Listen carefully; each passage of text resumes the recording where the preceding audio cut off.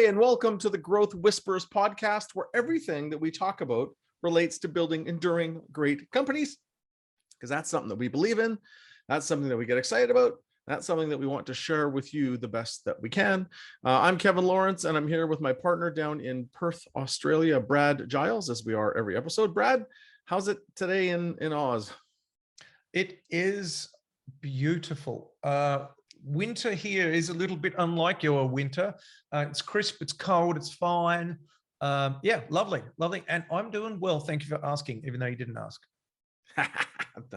I know you're doing pretty good. You almost always are. Yeah, and things are good here. I mean, we're actually in our summer, thankfully, and our summer where it gets to get warm and sunny. My gosh, I love the sun. It makes a difference. So, hey, before we jump into the episode today, I want to remind subscribers, hey, if you haven't subscribed, wherever you listen to your podcasts, please do. And if you're enjoying the show, please give it an awesome rating. The higher, the better. Hopefully the show is worthy of that. Anyways, appreciate it if you have a chance, you would today. So, Brad, what are we talking about today? What are we digging into? I know it's episode 2 of 2, but it's 2 of 2 of what? The flywheel. Last week, we spoke about the problem with flywheels, how people are building flywheels that are not really flywheels. They're just a series of statements. And then they're kind of like fly squares. They're kind of like a square wheel in some cases. Thud, yeah. Thud, thud. They don't build momentum. So now this week, we're talking about 2 of 2, as you said, powering up your flywheel. How do you actually get it right? Last week, again, we spoke about it. We went into it and we spoke about why they don't work, but now we're giving you a few tips on how you can make it work. Excellent. So, word of the day before we do it, a quick version. What's your quick word of the day, Brad? Working with a team last week, they're undertaking a major strategic pivot, let's say. And there's this article, HBR article, Why Transformation Efforts Fail. I know it's not a quick word, but yeah, it's something from that it's harder than it seems. And you've got to maintain focus. Within that, there was this one phrase and it said, you know, in order to make your strategic changes effective, you are probably under communicating your vision by a factor of 10. So that's my simple word of the day. You've got to over communicate your vision by a factor of 10. Ooh, I like that. Mine's thinking ahead. So I was with one of my clients last week, and they are doing outstandingly well, and they're coming into some turbulence, expected turbulence. And we spent a lot of time debating some key issues that could affect them next month or in the next 6 months. But because we debated it and we're ahead of it, we're making little moves today to recalibrate the business so we don't have to make a dramatic move down the road. So we're so far ahead of it, we should be able to manage it really, really well. But it requires a lot of thinking ahead and a lot of debate time. We had to dramatically change the agenda of the meeting to make room for these debates. And yeah, it was really, really good. So Brad, your word again was? Over communicate your vision by a factor of 10. Right. And I would say, and mine is thinking ahead and over communicating your vision, and this over communicating the vision and the plan. Both great strategies. All right. So The Flywheel by Jim Collins, I mean, we're both massive fans of it. And again, in the last episode, that was episode 117, we dug into making it a good flywheel, not one of those square clunky ones that I referenced earlier on. So make sure you've done it to develop a great flywheel. But once you've got it, and having worked with dozens of companies through this process, either at the workshops and the private sessions that Jim does with some of our clients, and 2 days with Jim in his lab, these CEOs come away like walking on water, just incredible.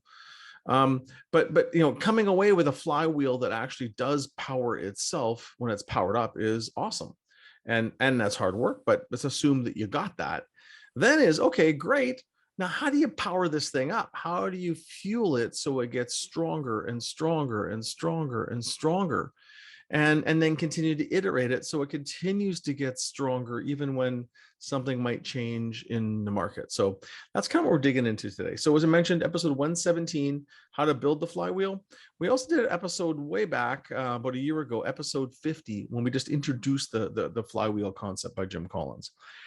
So we're going to go and dig in today. And so the first point today, as I've already kind of covered, is you got to ensure that it's right and that one part powers the next, which last episode was about. And the key thing there, Brad, we talked about was you can't help but. You can't help but. So because of X action, you can't help but get Y. Y can't help but Outcome. have Y happen. Yeah. And because Y happens, you can't help but have Z happen.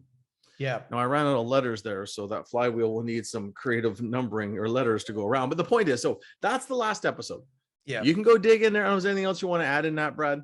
Yeah. Well, any flywheel that you see where it shows you an arrow, you must replace that in your mind with "we can't help but."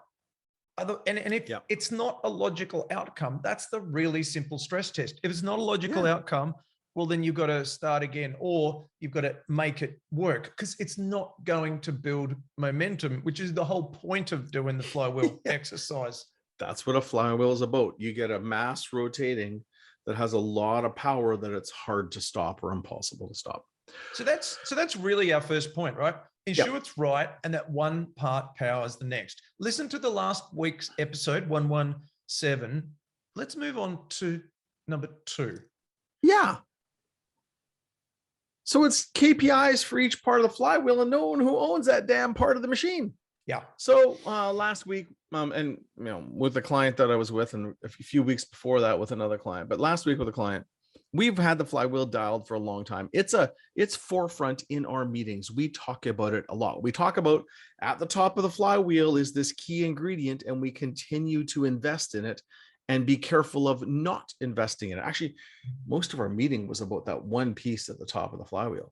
But we've done a great job in the 5 aspects of the flywheels, and we've got a set of KPIs that measure each part of the flywheel. So we can have an opinion about how the flywheel's doing, but that's cute. We actually have KPIs. So we went through in the meeting like we do every quarter, and we just go in red, yellow, green, all the aspects. And we found that the top of the flywheel is actually a little yellowish right now. The second step is actually, it was either orange or red, orange between yellow and red. But the rest of the flywheel was green, but we had 2 parts that were, we know were a little light, and we got them, and we made sure that we are doing things to recalibrate them. But the key is, go ahead. Are you using 4 colors there? Red, orange. Yeah, we got a little bit creative, yellow, right? Sometimes we like to color outside the lines. So if it's yellow where it's off track, but probably will cover, red, deep trouble, we kind of felt it was in the middle, because what it was is that we had 4 KPIs in it. 2 were green, 1 was yellow, 1 was red. So we didn't want to call it yellow because there's something red, but we didn't want to call it all red because there was a couple that were green. So we compromised, Brad. We negotiate sometimes. Yeah, I don't understand that. Yeah, so Brad, I'm tough enough on other things. I got to leave some room in the room for people. Otherwise, it's all good. Some people like the chicken. Sometimes. Some people like the chicken, and some people like the beef. It's all good, and some people like the fish. Yes. So the point here is that we want to know that each component of the flywheel, where is it at today? So for me, slightly different. I would be saying it's a snapshot of today. Is it red or green? There isn't an amber, which isn't right, and yours is wrong. It's just a different flavor. Yep. But so today, is this red or green? And if it's red, obviously, we're looking for priorities in the next 90 days to help to build that momentum up. So that's a quick and dirty. But then the next kind of layer might be 1 or 2 or 3 or 4 KPIs. Team that I work with, they've got, I think, 4 KPIs for each of the components of the flywheel. And then each of those 4 KPIs within each of the components are equally colored red or amber or green. And then we're able to really understand are we getting the maximum momentum from the flywheel that we can. And that's identical to the client that I was with. Yeah. Is that we have 4 KPIs for each. One of them actually has 5. We color the individual and then we give it the summary color. Other companies have chose to go with a rating, and we'll come into the next point. The point of it, ideally, you have KPIs because you have a business with lots of measurements. They should relate directly to the flywheel, and that should be how you ground it. So as best you can, you stay away from an opinion fest. Another client that I was with a couple of weeks before that, they're not there yet. We got the flywheel, we revised it, we dialed it, and we nailed it. And we are currently just giving it a rating and then talking about how we improve it. The KPIs will come, but it's the ultimate is to have the KPIs. What I found interesting with one of the teams that I'm with, we analyzed the flywheel, understanding everybody in the business, in every department, how do they contribute to it? And that meant that each of the 4 KPIs, they were not necessarily all from the same area. There were people from all parts of the business that were contributing to each of the different components. And it kind of got quite a lot of buy-in from people throughout the business. Yeah. And as companies get larger, there will be multiple people that have ownership within those. Awesome. So point number 1, making sure you've done your flywheel property, and one part powers the next. And you can its automatic answer is we can't help but get to the next stage on the flywheel. 2, having KPIs and owners, knowing who is accountable for those KPIs, which ideally you already have, but sometimes that's messy. And then 3, and I talked about a little bit with that story, and Brad did as well, but quarterly and annually rate how we're doing. And whether you do red, yellow, green, or red and green, or rating it 0 to 10, or ideally using the KPIs or above, but use the tool as a reflection point on the health of the business. Your financials could be perfect or horrible. The flywheel is the piece that you should be paying attention to because it's a driver of the future results. So that's looking at it and really giving an objective measure.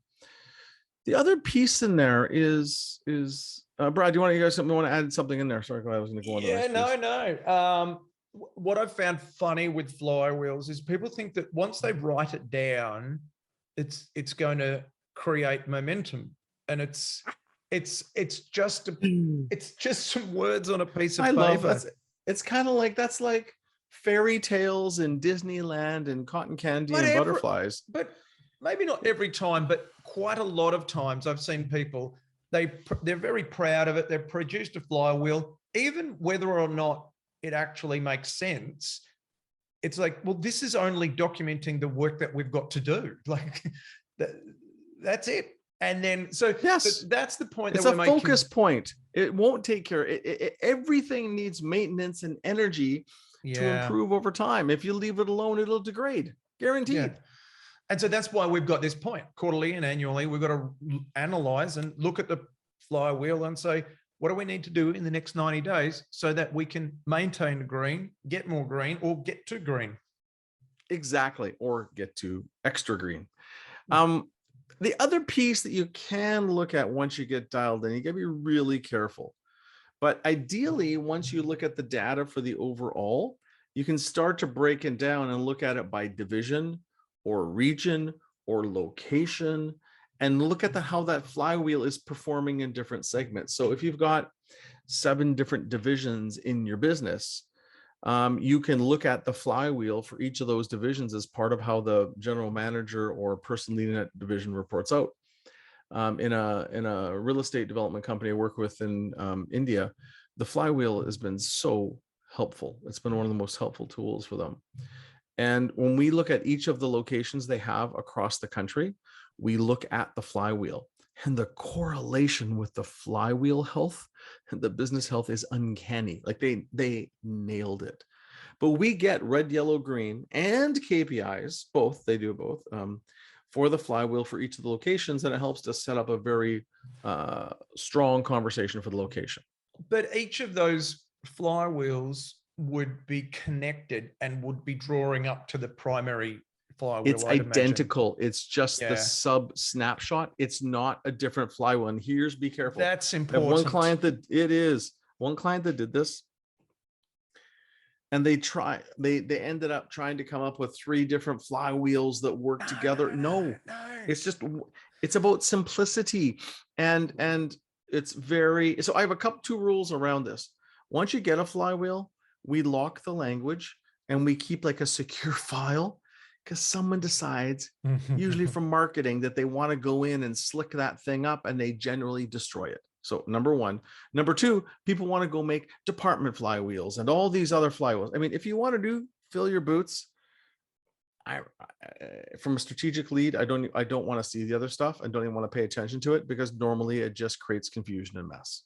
So the rule that I apply is 1 flywheel per balance sheet. Okay.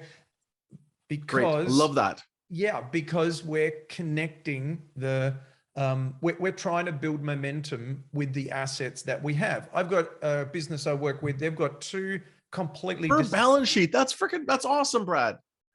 Because there'll be multiple income statements from all kinds of different divisions, but they generally share the same cash or balance sheet. And the flywheel tells us, how do we maximize the use of that balance sheet, right? Ah, damn it. My other client, it wouldn't have worked though. Damn it. Because they have separate balance sheets. but the principle is good for a lot of business that have if it's got a separate balance sheet, you could consider a separate flywheel. I like it.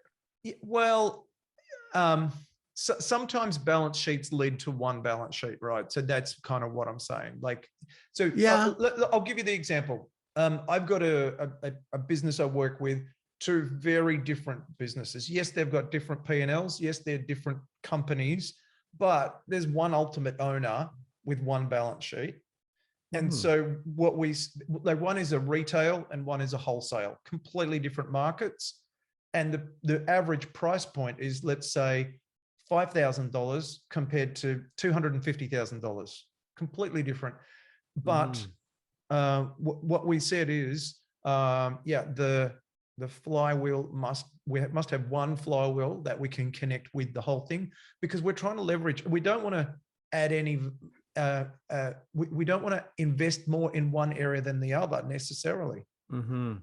So I like that. So if you're going to look at it divisionally, regionally, whatever it happens to be, ideally it's the same flywheel, just scored for that part of the business, not inventing new things, because you're just adding complexity, and it's novel. Novelty is fun. It just generally doesn't scale that well. So that's it. Is quarterly or annual, rate the effectiveness of each of the areas, know where you stand, which leads us into the next point. We'll look at them once you've rated them. How do you get them all to like bright green, or if you're using numbers, 10 out of 10, or whatever it happens to be? How do you make sure each of those pieces is incredibly strong? Because the weakest point of the flywheel establishes the speed or the strength of the flywheel. It's the old weakest link argument. So the key is, how do we get them there? And sometimes you have to underinvest in an area, overinvest in another area, because it's about allocating the scarce resources that you have to get maximum impact. So it's really interesting. When we did this exercise for a company, this is a company down in Los Angeles. This is going back 4-ish years ago. Yeah, 4. And as we were doing the flywheel, it was just an epiphany. Usually it's an epiphany. When you nail it, everyone's just like, oh my gosh, it's incredibly valuable. And then we went, and there was 1 spot of their flywheel. And I think I mentioned this in the last episode too. 1 spot in their flywheel that was about a 3 out of 10 for strength. And then we went, and someone said, you know what? We've hired 50 people over the last, year or so. There was 1 person added in that area of the flywheel. And then we look at the budget, and they'd spent nothing on that. And they're like, and it was number 2 on the flywheel. It was number 2 position on the flywheel. And they were just like banging their heads on the desk. I can't believe we missed it. Not only was it incredibly weak, they had underinvested capital and human capital on it. So it was like the neglected second, third cousin in the family dinner that's forgotten about. It was anyway. That's it the gave them the point. insight. That's why we do it. That's why we do it. That's why we want to come back and analyze it regularly. Yeah, it's the whole purpose of coming back, and we want to be able to use it amongst all of the other tools that we do.